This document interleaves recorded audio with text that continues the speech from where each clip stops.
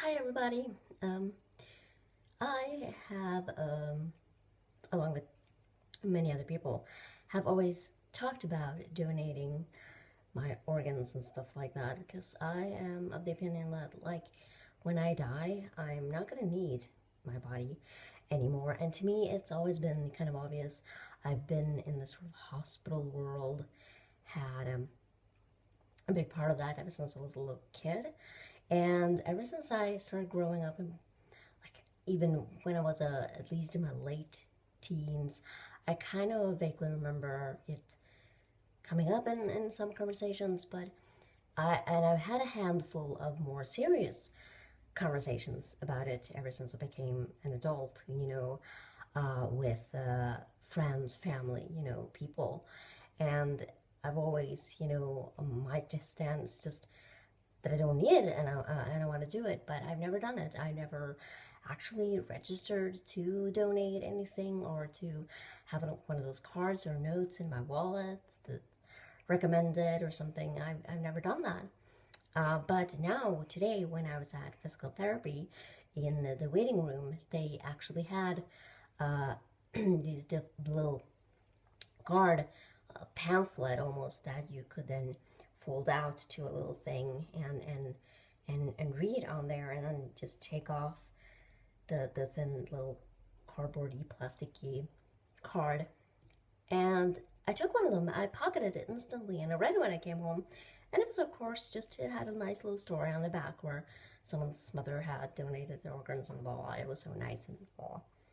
And I instantly just peel off the card and I actually just wrote my name and my birthday and the date and the things that they wanted, and then I just put it in, not my actual wallet actually. I do have a regular wallet in my handbag, but I also have one of those cases that you just kind of can put two cards in the with a phone.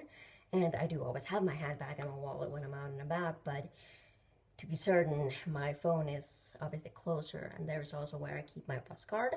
I don't have anything too important like my debit card or anything like that in there, or any sort of credit card or anything, but I just have a bus card for the local buses here. So, because I use that way more, and then I can just go have my front pocket when I have my down jacket is where I have a pocket here, so I'm like breast pocket, card, and I'm like beep on the bus. Instead of being like open the bag, get my wallet, open thing, get the point of the story anyway, if you, like me, have just been walking around forever thinking about this but not doing something about it, you can do it. A quick Google, even now, will just take you a few minutes to look up what you need or where you need to sign up or something. I also signed up. I do have the little card now in my thing, and I also signed up on the website, which for Sweden is www.livsviktigt .se, I guess, .se. So if you want to do that, if you live in Sweden, go for it. I super recommend it, because if that ever happens, if there's some sort of, with the circumstances allow, like medical, just if they can actually use anything from a body, they're not going to want to use my shitty lungs or my kind of fixed heart and stuff like that. But I have other things, and I have things that they can take. Sure, they have something. And I mean, who knows if that's ever going to happen, or but if it does, I want to be able to help someone.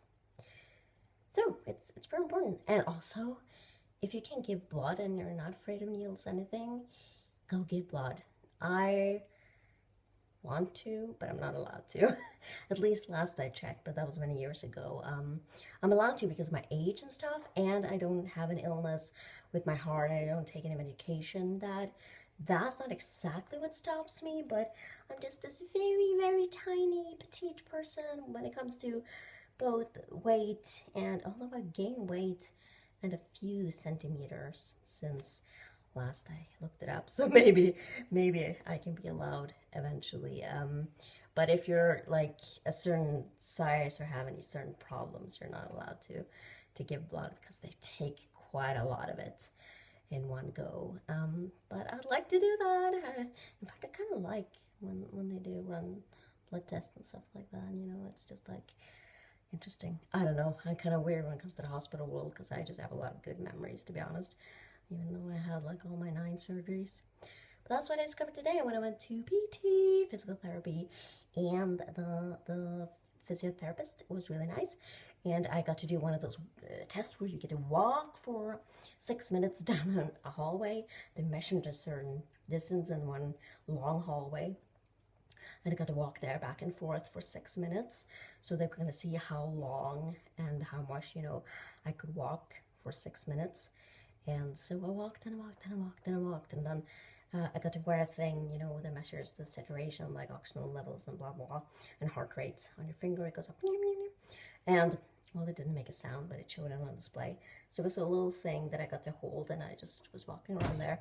And then I had about, like, when I was just sitting about, my saturation was like 95, which is good.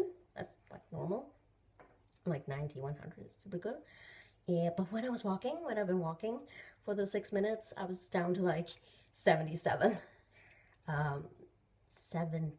Yeah. I was like, wait, did I say 17 or what did I say? No, 7, you know. So that's good. That's really bad actually.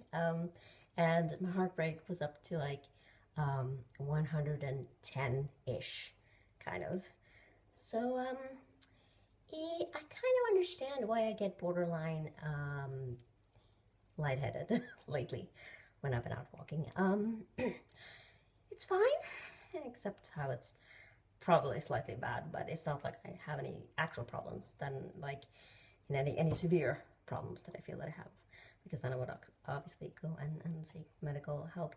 And I, in a way, I am, because I am doing all these things kind of behind the scenes.